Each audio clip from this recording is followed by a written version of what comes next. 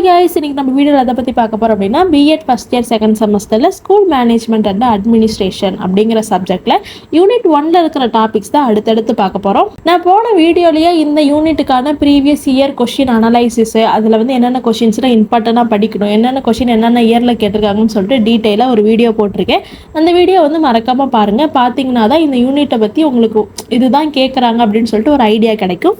இன்றைக்கி இந்த வீடியோவில் நம்ம எதை பற்றி பார்க்க போகிறோம் அப்படின்னா ஃபஸ்ட்டு டாப்பிக்கான ஸ்கூல் மேனேஜ்மெண்ட்டோட கான்செப்ட், டெஃபினிஷன், மீனிங், கேரக்டரிஸ்டிக்ஸ், ஸ்கோப்பை பற்றி தான் பார்க்க போகிறோம். ஃபர்ஸ்ட் ஆஃப் ஆல் ஸ்கூல் மேனேஜ்மெண்ட்னா என்ன, இன்ட்ரோடக்ஷன் பார்த்துருவோமா.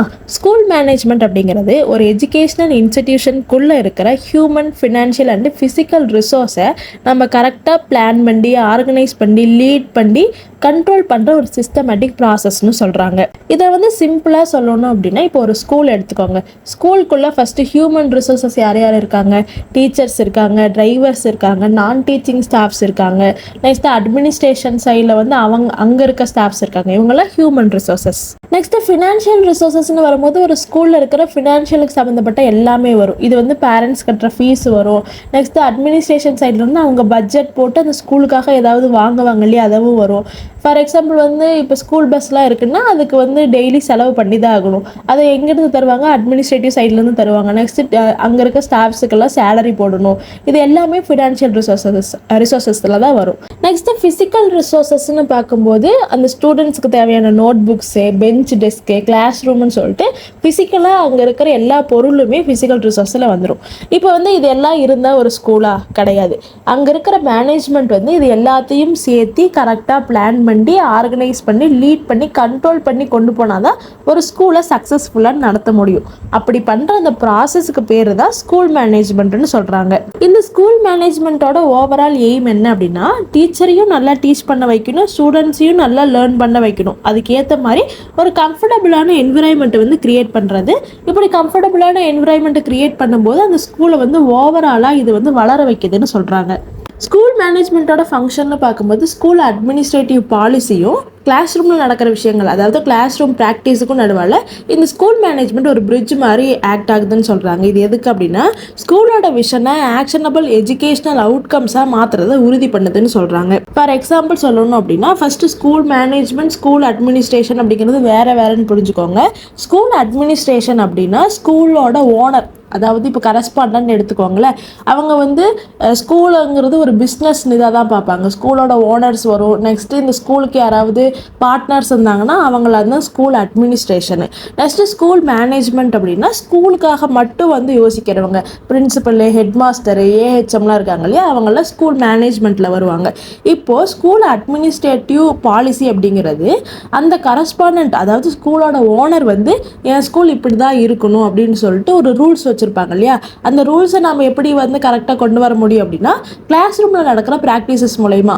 இப்போ வந்து ஃபார் எக்ஸாம்பிள் வந்து என் ஸ்கூல் வந்து எல்லாத்துலேயும் டிசிப்ளின்டாக இருக்கணும், ஸ்போர்ட்ஸில் வந்து டாப்பாக இருக்கணும் அப்படின்னா அந்த கிளாஸ் ரூமுக்குள்ளே வந்து ஸ்போர்ட்ஸுக்குன்னு இம்பார்ட்டன்ஸ் கொடுப்பாங்க. அவங்க ஸ்டூடெண்ட்ஸுக்கு ஸ்போர்ட்ஸுக்கு இம்பார்ட்டன்ஸ் கொடுக்கறத வந்து இந்த ஸ்கூல் மேனேஜ்மெண்ட் தான் உறுதி செய்யும்னு சொல்கிறாங்க.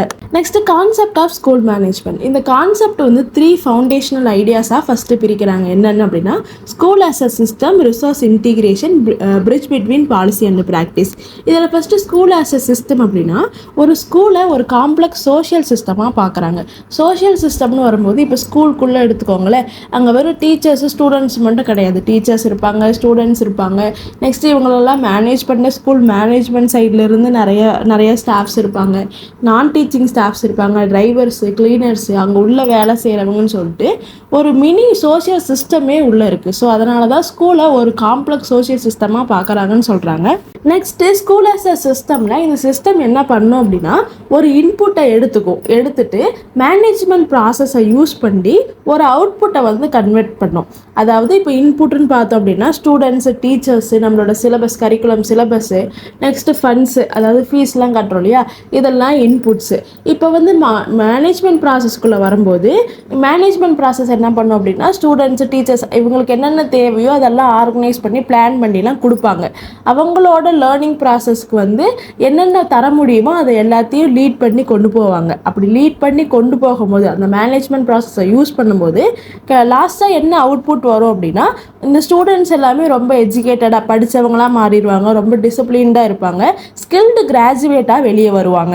ஒருவேளை இந்த இடத்துல மேனேஜ்மெண்ட் இல்லை அப்படின்னா இந்த ரிசோர்ஸஸ் எல்லாமே ஒரு கோஆர்டினேஷனே இல்லாமல் போயிடும்னு சொல்கிறாங்க. இப்போ வந்து மேனேஜ்மெண்ட் இருந்தால் தான் எந்தெந்த டீச்சர்ஸ்க்கு எப்பப்போ என்னென்ன வேலைன்னு பிரிக்க முடியும், ஸ்டூடெண்ட்ஸ் இப்படி தான் டிசிப்ளினாக இருக்குன்னு வந்து மேனேஜ்மெண்ட் சைட்லேருந்து தான் அதை சொல்ல முடியும்.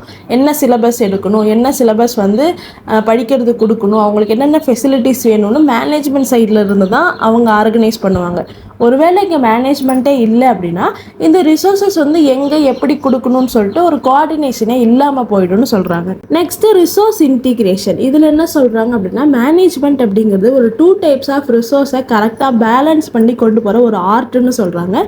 என்னென்ன 2 டைப்ஸ் அப்படின்னு பார்க்கும்போது human resources and material resources.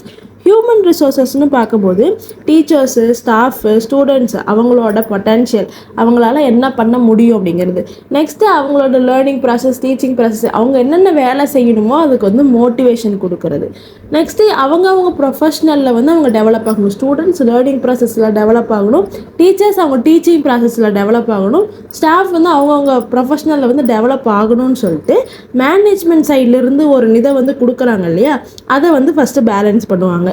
அடுத்தது மெட்டீரியல் ரிசோர்ஸஸ்னு பார்க்கும்போது அந்த பில்டிங்கு, லைப்ரரி, லேபு, டெக்னாலஜி, ஃபினான்ஸ்னு சொல்லிட்டு இது எல்லாத்தையும் கரெக்டாக எஃபிஷியண்ட்டாக யூஸ் பண்ணுறது. அதாவது யார் யாருக்கு என்னென்ன தேவையோ அதை மட்டும் வந்து கரெக்டாக பார்த்து யூஸ் பண்ணுறது தான் மெட்டீரியல் ரிசோர்ஸு. இது 2 ரிசோர்ஸையும் கரெக்டாக பேலன்ஸ் பண்ணி கொண்டு போனால் தான் நம்ம வந்து ஒரு ஸ்கூலை வந்து ரன் பண்ண முடியும். ஸோ இந்த மேனேஜ்மெண்ட் அப்படிங்கிறது இந்த 2 ரிசோர்ஸையும் சூப்பராக பேலன்ஸ் பண்ணுற ஒரு ஆர்ட்னு சொல்கிறாங்க. Next bridge between policy and ப்ராக்டிஸ்னு வரும்போது இந்த இடத்துல பாலிசி அப்படிங்கிறது ஒரு ஸ்கூல் நடத்துகிறோன்னா கவர்மெண்ட் சைட்லேருந்து சில பாலிசிஸ், ரூல்ஸ் எல்லாம் நம்ம ஃபாலோ பண்ண வேண்டியது கட்டாயமாக சொல்லுவாங்க. அந்த ரூல்ஸும் நெக்ஸ்ட்டு ப்ராக்டிஸ்னு வரும்போது நம்மளோட ஸ்கூலில் நடக்கிற டீச்சிங் லேர்னிங் ப்ராசஸ், அதாவது கிளாஸ் ரூமில் நடக்கிறது, இது 2க்குமே நடுவால் வந்து லிங்காக இருக்கிறது நம்மளோட ஸ்கூல் மேனேஜ்மெண்ட் தான் சொல்கிறாங்க. ஃபார் எக்ஸாம்பிள் சொல்லணும் அப்படின்னா இப்போ வந்து கவர்மெண்ட் சைட்லேருந்து ஒரு ரூல் வருதுன்னு வச்சுக்கோங்களேன். இப்போ சிலபஸே மாற்றிருக்காங்கன்னு வச்சுக்கோங்க. சிலபஸ் மாற்றிட்டாங்க அப்படின்னா அது வந்து கவர்மெண்ட் சைட்லேருந்து நம்மளோட ஸ்கூல் மேனேஜ்மெண்ட்டுக்கு வரும். மேனேஜ்மெண்ட் என்ன பண்ணுவாங்க அப்படின்னா ஓகே நம்மளோட டீச்சிங் லேர்னிங் ப்ராசஸே நம்ம மாற்றணும், ஏன் அப்படின்னா சிலபஸே மாறிடுச்சுன்னு சொல்லிட்டு கீழே இருக்கிற டீச்சர்ஸு அவங்களுக்கெல்லாம் வந்து கைட் பண்ணுவாங்க. ஸோ இந்த இடத்துல வந்து கவர்மெண்ட் பாலிசிஸ்க்கும் கிளாஸ் ரூமில் நடக்கிற ப்ராக்டிஸுக்கும் நடுவில் லிங்காக இருக்கிறதே நம்மளோட ஸ்கூல் மேனேஜ்மெண்ட் தான் சொல்கிறாங்க. இதோட வேலை என்ன அப்படின்னா கவர்மெண்ட் சைட்லேருந்து வர அந்த அப்ட்ராக்ட் எஜுகேஷ்னல் கோல்ஸை நம்மளோட டெய்லி ஆக்டிவிட்டீஸ், டெய்லி லேர்னிங் ஆக்டிவிட்டீஸில் வந்து ஆக்ஷனபிளாக மாற்றுறது தான் இந்த ஸ்கூல் மேனேஜ்மெண்ட்டோட வேலை. இவ்வளோதான் ஃபவுண்டேஷனல் 3 ஸ்டெப்ஸ். ஆனால் இது மட்டும் எழுதுனா பத்தாது. ஸோ இன்னும் கொஞ்சம் இன்ஃபர்மேஷன் கொடுத்துருக்கேன். நெக்ஸ்ட் என்ன அப்படின்னா கோல் ஓரியன்டட் நேச்சர். இதில் என்ன சொல்கிறாங்க அப்படின்னா ஸ்கூல் மேனேஜ்மெண்ட் அப்படிங்கிறது அதுக்குன்னு ஒரு கோல் ஃபிக்ஸ் பண்ணிவிட்டு அதுக்கு ஏற்ற மாதிரி தான் நகரும்னு சொல்கிறாங்க. இதில் என்ன சொல்கிறாங்க அப்படின்னா இந்த ஸ்கூல் மேனேஜ்மெண்ட்டோட சென்ட்ரல் கான்செப்ட் என்னென்னா எஃபிஷியன்சியை கம்பேர் பண்ணும்போது எஃபெக்டிவ்னஸுக்கு தான் இது இம்பார்ட்டன்ஸ் கொடுக்குதுன்னு சொல்கிறாங்க. அதாவது எஃபிஷியன்சி செகண்டரியாக போயிடும், எஃபெக்டிவ்னஸ் வந்து ப்ரைமரியாக வந்துடும். ஃபஸ்ட்டு எஃபிஷியன்சி அண்ட் எஃபெக்டிவ்னஸ் தான் என்னன்னு பார்த்துடலாம். எஃபிஷியன்சி அப்படின்னா நமக்கு தேவைப்படுற விஷயம். இப்போ நம்ம ஒரு ஸ்கூலை ரன் பண்ணுறோம் அப்படின்னா ஃபஸ்ட்டு அதுக்கு வந்து ஆனுவல் இயர் பிரிப்பாங்க, ஒரு வருஷமாக பிரிக்கிறாங்க இல்லையா.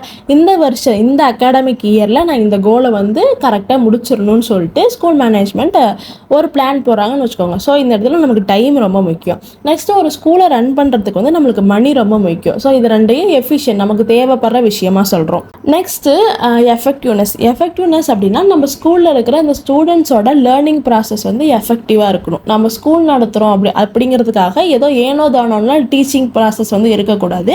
அந்த ஸ்டூடெண்ட் ஏதாவது கற்றுக்கணும் அவன் லைஃப்பில், அவனோட லேர்னிங் ப்ராசஸ் ரொம்ப எஃபெக்டிவாக இருக்கணும்னு சொல்லிட்டு அதை தான் ஃபோக்கஸ் பண்ணுவோம். ஸோ இந்த 2 விஷயத்தில் வந்து ஸ்கூல் மேனேஜ்மெண்ட்டுக்கு என்ன தான் தேவைப்படுற எஃபிஷியன்சி நீட்ஸ் இருந்தாலுமே அவங்க எஃபெக்டிவ்னஸுக்கு தான் ஃபோக்கஸ் பண்ணுவாங்க. அந்த ஸ்டூடெண்ட்ஸோட லேர்னிங் ப்ராசஸ் எஃபெக்டிவாக இருக்கணும்னு தான் அவங்க பார்ப்பாங்கன்னு சொல்கிறாங்க. Next dynamic process. இதில் வந்து ஸ்கூல் மேனேஜ்மெண்ட்டோட ப்ராசஸ் எப்படின்னு சொல்கிறாங்க. Modern school management is not a static set of rules. அதாவது இப்போ இருக்கிற மாடர்ன் ஸ்கூல் மேனேஜ்மெண்ட் வந்து அவங்களோட ஸ்கூல் ரூல்ஸை அப்பப்போ மாற்றிக்கிட்டே இருப்பாங்க. Not a static set of rules அப்படின்னா அதை மாற்ற முடியாமைலாம் இல்லை, கண்டிப்பாக மாற்ற முடியும்னு சொல்கிறாங்க. அதாவது ஒரு ஸ்கூல் அவங்களுக்கு தகுந்த மாதிரி அப்பப்போ ரூல்ஸை மாற்றிக்கிட்டே இருப்பாங்க. இது வந்து ஒரு கண்டினியூஸ் சைக்கிளிக் ப்ராசஸாக சொல்கிறாங்க. என்னென்ன ப்ராசஸ்லாம் வரும் அப்படின்னா, ஃபஸ்ட்டு பிளானிங். இப்போ ஒரு அகாடமிக் இயர் ஆரம்பிக்குது அப்படின்னா அந்த ஸ்கூல் மேனேஜ்மெண்ட் வந்து ஒரு டார்கெட் ஃபிக்ஸ் பண்ணுவாங்க, இந்த இயரில் நம்ம இதை அச்சீவ் பண்ணி ஆகணும்னு சொல்லிட்டு. Next organising. இதில் என்ன பண்ணுவாங்க அப்படின்னா, மேலே டார்கெட் வச்சுருக்கோம் இல்லையா, அதுக்கு என்னென்ன தேவையோ அது எல்லாமே பண்ணுவாங்க. ஸ்கூலோட இன்ஃப்ராஸ்ட்ரக்சர் மாற்றணும்னா மாற்றுவாங்க, அங்கே இருக்க ஸ்டாஃப்ஸுக்கு எல்லாமே அவங்கவுங்க ரோல் என்னன்னு சொல்லிட்டு அசைன் பண்ணி கொடுப்பாங்க. இதுதான் organising. Next directing R leading. அதாவது அங்கே இருக்கிற ஸ்டாஃப்ஸும் சரி ஸ்டூடெண்ட்ஸும் சரி டீச்சிங் லேர்னிங் ப்ராசஸில் அவங்கெல்லாம் நல்லா பண்ணணும்னு சொல்லிட்டு மோட்டிவேட் பண்ணிக்கிட்டே இருப்பாங்க, அவங்கள டைரக்ட் பண்ணிக்கிட்டே இருப்பாங்க. Next controlling or evaluation. இதில் என்னன்னா, என்னோட டார்கெட்டை நோக்கி தான் என்னோட ஸ்கூல் போகுதா அப்படின்னு சொல்லிட்டு அப்பப்போ வந்து செக் பண்ணிக்கிட்டே இருப்பாங்க. எவாலுவேஷன்னா டெஸ்ட் எல்லாம் வச்சுக்கிட்டு அந்த டெஸ்ட்டோட ரிசல்ட் வச்சு நான் என்னோட கோலுக்கு ஏற்ற மாதிரி தான் என்னோட ஸ்கூல் ரன் ஆகிட்டு இருக்கான்னு சொல்லிட்டு செக் பண்ணிக்கிட்டே இருப்பாங்க. ஒருவேளை எவாலுவேஷனில் வந்து நம்மளோட கோலுக்கு ஏற்ற மாதிரி அது போகலை அப்படின்னா மறுபடியும் ரீபிளான் பண்ணுவாங்க, அந்த பிளானிங்க்கு தகுந்த மாதிரி மறுபடியும் ஆர்கனைஸ் பண்ணுவாங்க, மறுபடியும் லீட் பண்ணி மறுபடியும் எவாலுவேட் பண்ணி நம்ம கோல் நோக்கி தான் போகுதுன்னு செக் பண்ணுவாங்க. இது வந்து ஒரு சைக்கிளிக் ப்ராசஸ் மாதிரி திருப்பி திருப்பி நடந்துக்கிட்டே இருக்கும். ஒருவேளை நல்லா போச்சு அப்படின்னா அது இன்னும் என்ன எப்படி டெவலப் பண்ணலான்னு பிளான் பண்ணி ஆர்கனைஸ் பண்ணி கொண்டு போவாங்க. ஃபைனலாக சொல்லணும் அப்படின்னா, ஸ்கூல் மேனேஜ்மெண்ட்டோட கோர் கான்செப்ட் என்னன்னா, ஒரு ப்ரொடக்டிவான ஈகோ சிஸ்டமை கிரியேட் பண்ணுறது. இந்த இடத்துல ஈகோ சிஸ்டம்னு சொல்லக்கூடியது எப்படி வந்து ஃபங்க்ஷன் ஆகும் அப்படின்னா, ஃபார் எக்ஸாம்பிள் இப்போ கரஸ்பாண்டன்ட்டுக்கு ஒரு ஐடியா வருதுன்னு வச்சுக்கோங்களேன், என் ஸ்கூலுக்கு வந்து இப்படி இருக்கணும்னு சொல்லிட்டு அதை பிரின்சிபல்கிட்ட சொல்லுவாங்க. பிரின்சிபல் என்ன பண்ணுவார், ஹெட் மாஸ்டர்கிட்ட சொல்லுவார், ஹெட் மாஸ்டரு அதுக்கேற்ற ஸ்டாஃப் கிட்ட சொல்லுவாங்க, ஸ்டாஃப் வந்து போய் ஸ்டூடெண்ட்ஸ் கிட்ட சேர்ப்பாங்க. ஸோ ஒரு ரோலுமே ஒரு ரோல் கூட இன்டர் கனெக்ட் ஆகிருக்கும்.